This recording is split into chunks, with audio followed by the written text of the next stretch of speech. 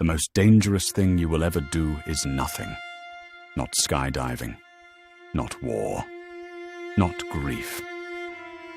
The most catastrophic act available to a human being is to stand at the edge of your own darkness, peer into it, and look away.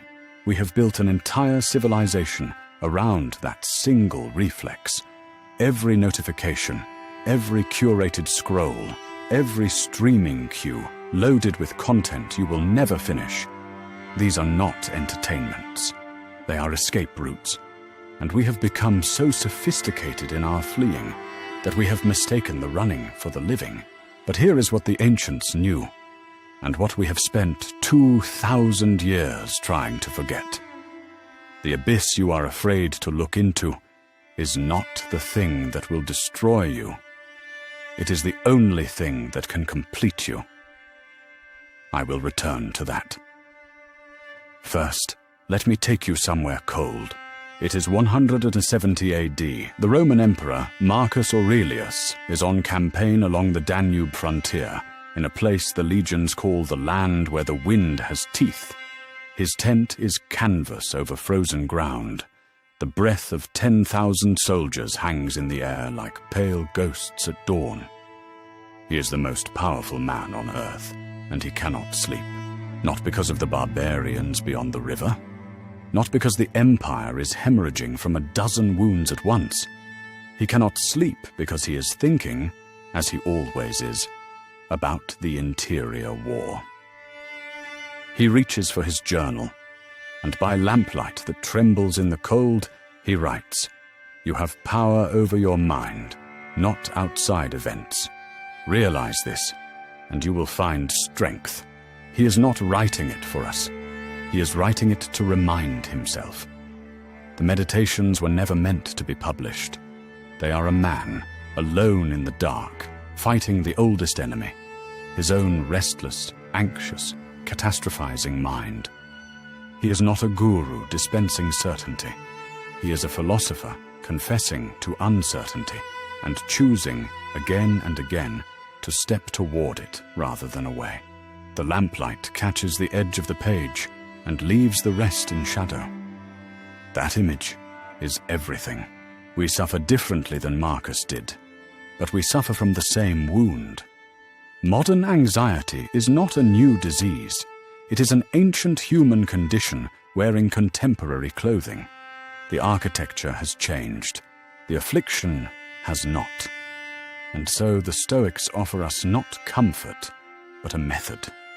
Not relief, but something far more valuable. A set of principles that transform anxiety from a prison into a passage. There are three. The first, distinguish what is yours. The Stoics called this the discipline of assent, the radical, almost violent act of sorting your experience into two columns. What belongs to you, what does not. Your opinions, your reactions, your intentions, your effort. Yours. The weather, the economy, the opinions of others, the timeline of your healing. Not yours. This sounds simple. It is not. Because we live in an age that has convinced us everything is our responsibility, and simultaneously, nothing is within our control. We are accountable for outcomes we cannot govern and powerless over the interior terrain we can. We have the columns reversed.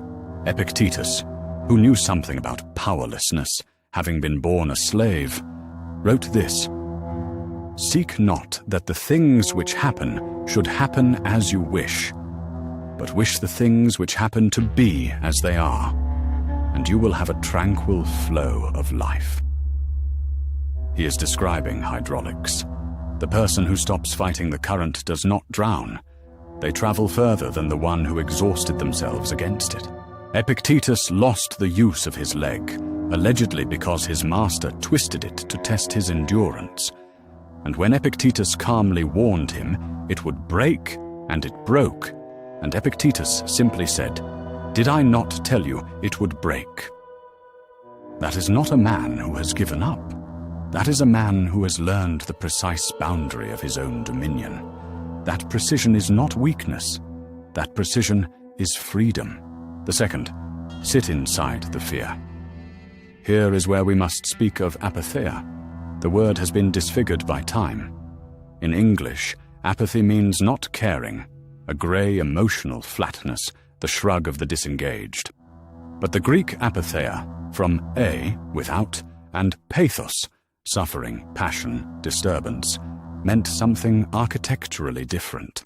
It did not mean the absence of feeling. It meant the absence of being governed by feeling. The Stoics were not trying to become stones. They were trying to become rivers, things that move, that feel the texture of every bank and boulder, but are never stopped by them. When Seneca writes, omnia lucili aliena sunt, tempus tantum nostrum est, all things lucilios belong to others. Time alone is ours. He is not writing from a place of cold detachment. He is writing from apatheia. He is fully present to the terror of human impermanence, fully feeling its weight, and yet not consumed. He stands inside the fire without being burned. This is the antidote to modern anxiety that no algorithm can sell you. Anxiety is not the presence of fear. Anxiety is the refusal to let fear complete its sentence. We cut it off, we scroll past it, we medicate it, we reframe it, we perform wellness over it. And so it circles back, always, because a feeling that is not fully felt does not dissolve. It waits, sit inside it, let it say what it came to say. This is the second principle. The third, act as if it matters, knowing it ends. Marcus, again, on the frontier, watching men die for borders that would later move. He wrote, "Loss is nothing else but change, and change is nature's delight." This is a man who buried children. This is not philosophical abstraction. This is hard won. And yet he governed. He showed up. He wrote. He led. The Stoic confrontation with mortality, memento mori, remember you will die, is not morbid theatre. It is a calibration tool. When you hold your own ending clearly in your mind, the trivial falls away with surgical precision. What remains is not despair. What remains is meaning. The candle is not less beautiful because it will go out.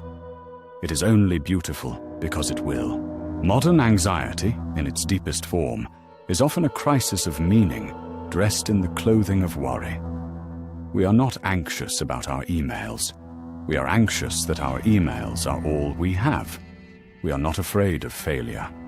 We are afraid that success will arrive and the emptiness will still be there, unchanged, waiting. The Stoics would say, look directly at that emptiness, name it, walk toward it, because the abyss you refuse to enter is where your real life is being held. We return now to where we began. The most dangerous thing you will ever do is nothing. Every anxiety unexamined is a small abdication, a tiny surrender of the self to the noise. And over years, those surrenders compound until one day you look up and realize that your attention, which was always the whole of your life, has been a flickering candle in a drafty hallway, barely yours, barely lit. The Stoics did not promise us peace. They promised us something better, a self that could stand inside the storm without being scattered by it, a mind that could look into the abyss and recognize with something approaching relief that the darkness is not foreign. It is the shadow of everything we have refused to carry consciously. Marcus Aurelius died on campaign, far from Rome, still writing, still fighting the interior war. He never declared victory. He never stopped showing up. So I leave you here, at the edge, not with an answer, with a question that deserves more than a moment. When the noise finally stops, and it will, Briefly, tonight, in the dark before sleep, what is the thought that arrives before you can stop it? And have you ever, even once, let yourself stay with it long enough to hear what it is actually trying to tell you?